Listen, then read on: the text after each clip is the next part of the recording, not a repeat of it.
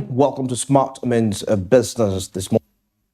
And definitely with Marcy Katsime and heading into the amazing discussion that is to do with the economics of climate change and its effect on the various sectors. And of course, part of the key cited out sectors, we shall be taking a look at the energy sector, the agriculture sector, and also tourism to some extent. So all these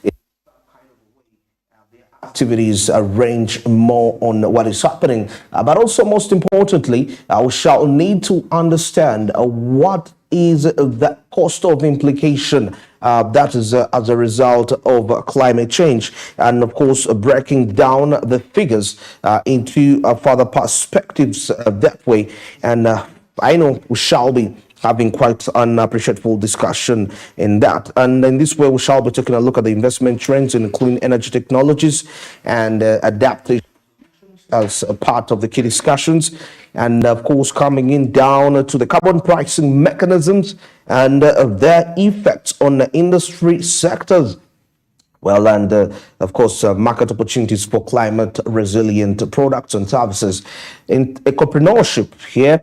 And taking a look at how the initiatives in climate change can actually turn out be quite a great initiative, also especially when it comes to business opportunities, and as we find solutions to avert climate change in that way, business is birthed. And later on onto the show, that is at exactly 9 a.m. or shall be taking a look at an ecopreneur, seeing how we can live together, of course, with the environment without causing much damage, but still executing economic activities. Good morning, Marcy.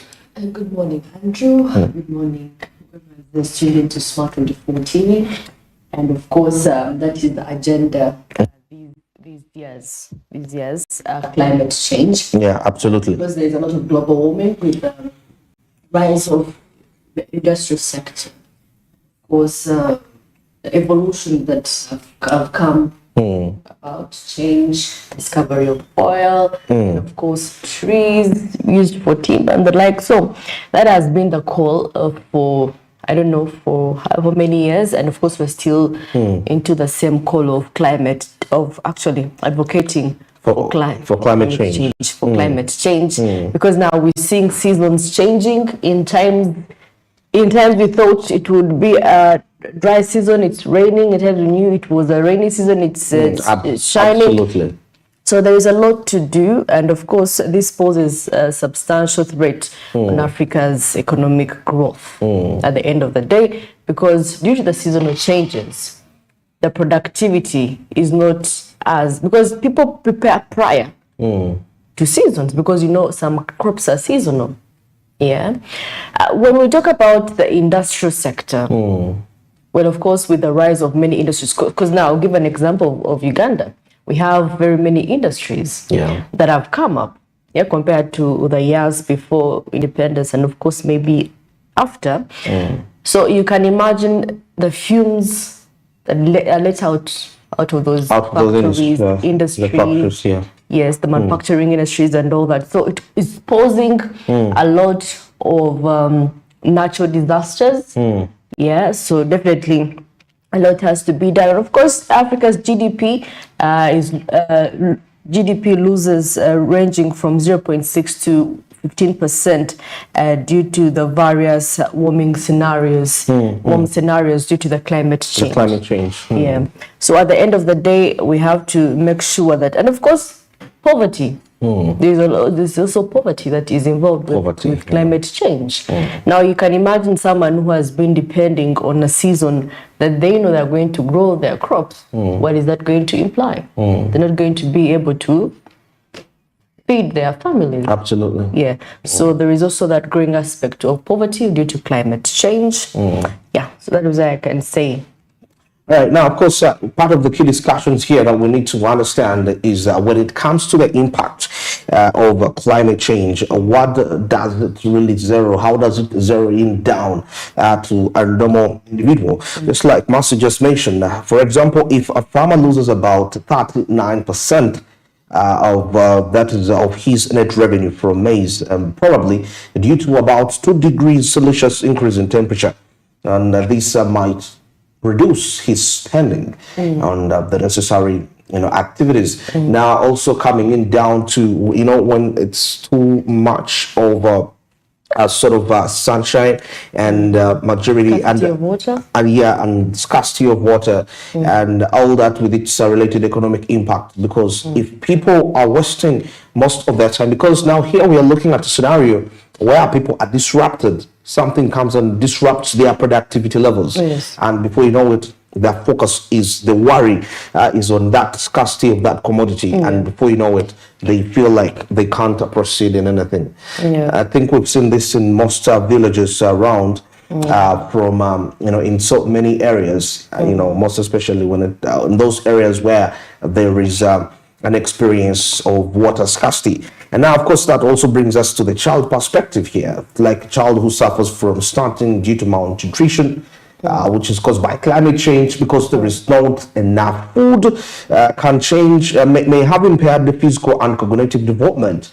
That is lower educational attainment and reduced future earnings on that child. And for this child is part of the whole economic vision. And because of all this, the future productivity levels are also halted, which causes a huge threat if it's not managed in the right way. Now, coming in down to still the urban dwellers, for an urban dweller facing frequent power outages, that is due to reduced hydropower generation, and may have to rely on more expensive and polluting alternatives such as diesel generators, kerosene lamps, or talking about charcoal stoves. I mean, I think when people actually, when you tell someone to, we've been talking about the alternatives, renewable energy and the like, at the end of the day, it's not about how expensive it is, or maybe techija kunkwena change agala. Yeah. At the end of the day, you have to mind about the environment around you. Yeah. Now that is why Ethiopia is also trying to do away with fuel vehicles. They want to bring EVs into their country, because at the end of the day, you realize what you're doing affects your environment, and then of course you have to blame the government. It's upon you as an individual. And that is why in some countries they use electric gas, or maybe I mean, even in the city centers. I mean, now, of course, with charcoal, the trees are reducing, there is deforestation, everyone wants to plant at the end of the day. And of course, with the, the rise of industries, factories, people are displaced. And in place where there were trees and vegetation, there are structures, the structures that have been put in place. So that at the end of the day, you've seen people being evicted from swamps, no occupying swamps. But at the end of the day, you realize it's upon an individual at the end of the day. So if at all they have laid alternatives on using charcoal, then abide with it. It doesn't have to be, people have this notion of hey, it's the best chinko leather. I mean, why don't you improvise chinko leather and use in this new innovation that has been put in place? Okay. Yeah. Okay, that's interesting. And now, of course, we also need to understand that now, of course, we've been looking in down to the zero level of how people can be affected, talking about children when it comes to, malnutrition, impaired visions, which causes their ability to, when they're in class, to adapt, which now that is affecting future earnings. We came down to take a look at matters something to do with the water scarcity, whereby women that are actually are spending most of their time trying to see how they can get reliable water sources, disrupts their productivity at the same time, and seeing lack of enough hydroelectric power generation due to probably excess heat, global warming, and that causes people to divert to alternatives which damage the environment, like we mentioned, charcoal stoves, and of course coming in down to farmers who can't sell because of an increase of about just 2 degrees Celsius And before you know it, if they can't get enough money, how are they going to demand for services and businesses that are set up by other individuals? Yeah, you know, with these extreme weather conditions that come about, mostly in the rainy season, you realize when it rains, mostly in our city center, there is a lot of floods. And when there's floods, you know, you've seen cars floating even on the water. At the end of the day, that is going to be a dead day for most people. Actually, also especially when it happens very early in the morning, it's considered like this is a wasted day, and that has an impact in terms of the revenues, the transactions that would have happened, transportation. You're right, and you know, that causes delay in service delivery in the chain somehow, because once money doesn't reach the final consumer, because I've come to realize here. We need to understand how money is transitions from the top heads to the down people. I mean, or what they call a Muntu in that perspective. So you find that a disruption in a little weather can hinder that velocity of money from one person to another. You know, somebody was mentioning something. You see a scenario whereby you want 2,000 from somebody for your lunch, and that 2,000 you need from somebody is probably that person is having a 20K on him, yet he is also counting on a friend who he's running a business worth probably who wants to fuel his car and who wants to repair his car, and it's going to cost him about 200,000. Now see that whole chain, and that person of 200,000 is also counting on a brother who's running a business of about maybe 20 million, and who is also counting on running a government contract, which is demanding from China 200 billion. So you find that it's a whole chain starting in, coming in, down to the person who wants 2,000. That a disruption or a glitch in the weather can actually alter that transfer from one party to another, which is quite impactful, most especially when it comes to the spending part, because the growth of an economy is all determined by people's ability to spend. What is the purchasing power? And that can only happen when people have reliable revenue sources. So what if their sources are halted? Now, of course, later on, we shall be taking a look at the costs of inaction of climate change. For Uganda, just a brief, that the costs of this inaction on climate change by 2025 are 20 times the costs of adaptation. And now, of course, Uganda is already experiencing impacts of climate variability and associated with economic-related losses. We shall be breaking down that. Well, that brings us to the end of the morning call. And now let's switch and take a look at what's making headlines into the press.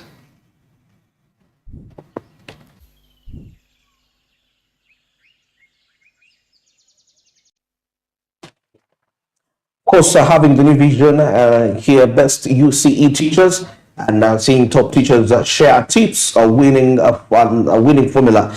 That is for all this. Now, this is what is dominating onto this top page. And of course, seeing here donors call for tough laws on the sale of blood. That is in hospitals. Yes, so there is something here that is happening. Blood donors have actually expressed displeasure with the medics who sell blood to them, yet they donate it already. I mean, they donated free of charge. So why should people really be selling this blood? So that's quite a huge concern. And of course, with school charges, educationists don't weigh on disallowed fees. Experts have called for that is a punitive action, most especially against heads of schools that charge illegal fees such as development fees. Well, of course, in the Daily Monitor, inside cracks in the 600 billion shillings for maternal health care. And of course, Auditor General has uncovered irregularities in financial management, slow and poor coordination in the implementation of the $159.5 million health improvement project, the shortfalls affecting access to and quality of care. Well, of course, life begins with the mother. The mother is the one that brings life. So at the end of the day, we've seen actually there were some news rotating around how a certain mother was actually retained in a hospital because she couldn't foot her bills. She was a new mother, and she was stuck in hospital for almost a month. Almost a month. So what does that call for? I mean, is it in line with the aspect of humanity? Well, of course, because this is someone's business at the same time. It is someone's business, but it would be quite shocking if it was a government hospital and someone is in there. If it's a government hospital, okay, that's gross, but a private hospital, well, that is can be understandable to some degree, because you are the fact that you've been able to approach their hospital and its nature, that it's a private hospital. It should be on your mind that you have to clear the bills before. Well, I think she was a C-section mother. There is also usually certain fee they pay at the end of the day, much as it's government. That's what I know. And of course, bankers tipped on anti-fraud measures, and of course, with 40.7 trillion lost to cyber and internet-related fraud. Yeah. All right. Now, as we proceed here, General Mahals makes 9 new appointments, so you can find out what these appointments really entail. And of course, as we proceed, Segirinya Sewanyana trial halted. That is over torture claims. So you can clearly see that when you grab yourself a copy of the new vision. Now, Black Hospital runs out of dialysis kits. Now, of course, the Referral Hospital's renal unit has run out of dialysis kits, putting the lives of patients at risk. Now, of course, a source at the hospital spoke to the press anonymously regarding this, of what is happening there. And of course, looking here, and yes, investing with like-minded people in merry-go-rounds. And of course, I see something interesting here. Uganda no longer the small boy. Well, Uganda has been the biggest victim of East African regional imposed non-tariff barriers. Now, these, though resolved, have been slapped on Uganda's export over time, with Kenya being the major culprit. Okay. No longer the small boys. All right. Now, when I get into the comment section here, in the new vision, I see something here about banning school charges. Good. Of course, focus on enforcement. Now, of course, taking a look at the Ministry of Education, which has announced a cabinet resolution that is stopping both private and public schools from levying, that is 12 extra charges grouped as development fees. Because development is all the time, it's asked for. So all the time they're developing something, And the head teacher is not solely to blame for the poor performance in schools. Oh, yeah. But they play a key role, a certain role in terms of determining that, because they have the ability to ensure that their students can have acquainted with the right resources to get the grades they need, in terms of hiring tutors to come in along and work hand in hand with current teachers. So that is something also they have a role to play. The URSB held its first marriage registration conference. Marriage registration. I don't know why people don't want to. Because they said, some people have invalid certificates, marriage certificates. Okay. Yeah. At one way or the other. So you get married, you're wedded, but you're not certified. It's not written anywhere that you're ever married. So when you have a church. So it's the problem is with the church. With the church. Yeah. Okay. So at some point I feel like people who go to court are even much better, because that is where registration happens and all that. So some people are wedded, but they're not officially recognized as couples. I think it's quite taking upon that responsibility to do that. All right, now seeing here, still in the comment and later section in the new vision, and advancing human rights, best development. Now, of course, a roadmap for Uganda's inclusive future. Somebody here puts out, relays it out here, and he's the chairperson of Uganda, that is Human Rights Commission. Now, why Uganda should have celebrated Cuba's presence at the NAM conference? It's also here, and you can find out further insights here. And oil and gas infrastructure, and seeing what is happening. Refinery, Kabalega Industrial Park, of course, is set to create 67,000 jobs when it starts to operate. And of course, government tasks to increase capitation grants to schools.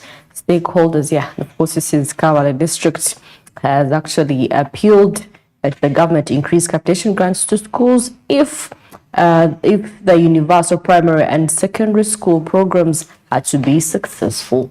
And of course, I must agree, actually. Sometimes, remember, since COVID-19, I think after COVID-19, they sort of reduced their capitation. The capitation. Yes, because there's a way the government was trying to balance the budget and make sure that everyone is catered for. Because everyone was crying. Remember the time the schools opened, everyone was crying. The private schools, so they reduced their capitation. But then that does not rule the fact that once the capitation is brought in, that the performance of these USEs is going to improve. Absolutely. All right, now that brings us to the end of the the press break this morning. Now heading into the traffic update as we proceed efficiently. Of course, I'm just yet to find out exactly what this location is at. This looks like close to, well, let us see. Yes, one again, seeing Bombo Road poster right there, and seeing straight on the Makere Road, the traffic atmosphere, how it is standing out like there. And that's one of the routes that is heavily inflated with quite a number of traffic lights. I mean, all the way from the Sapelo Road coming down the main. Find out that there is still a couple of traffic lights holding you back before you reach the main ones down here at the official Wandagea junction that way. So according to the situation, well, it's moderately congested.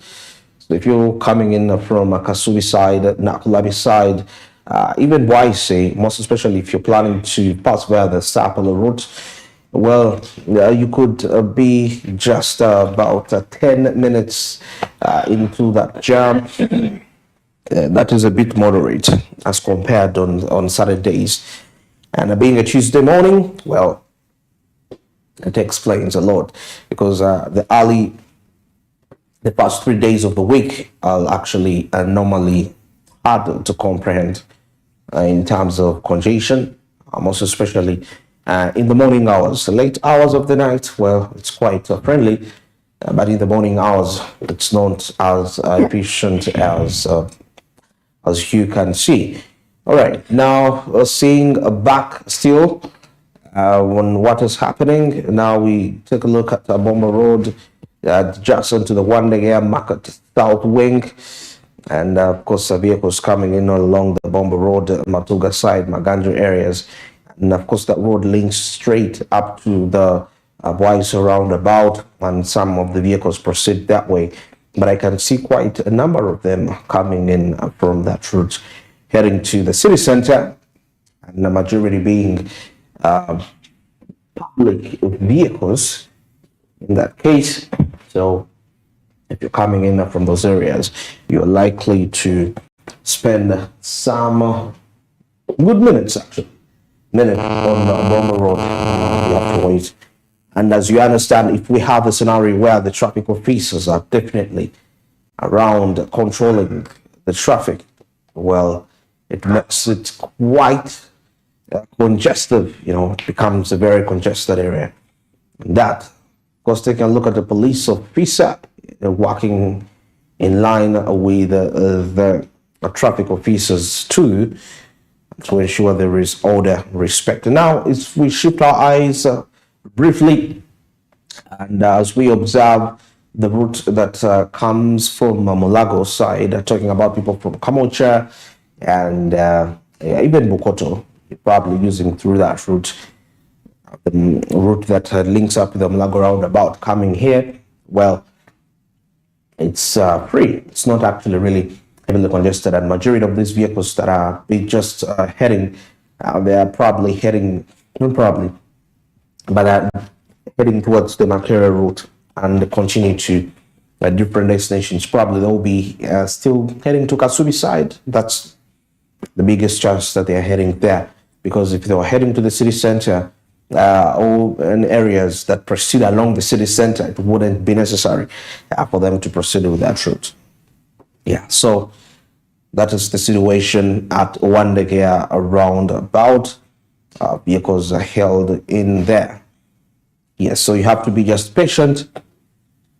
In a few minutes, as the vehicles can actually be set free to head to other different destinations. So if you're part of that, so it will call for absolute patience.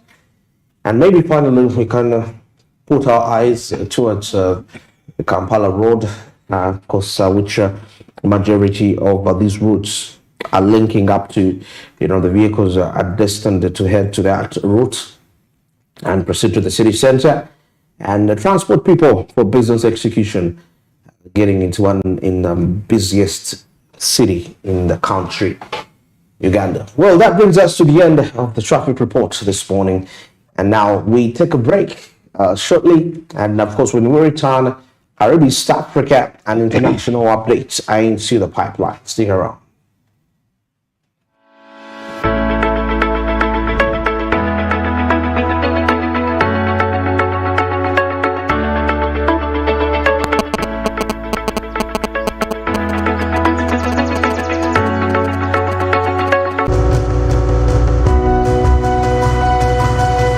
Smart 24, driving business. Fred! Osmosis. Freddy! Fred Dollar! My boss!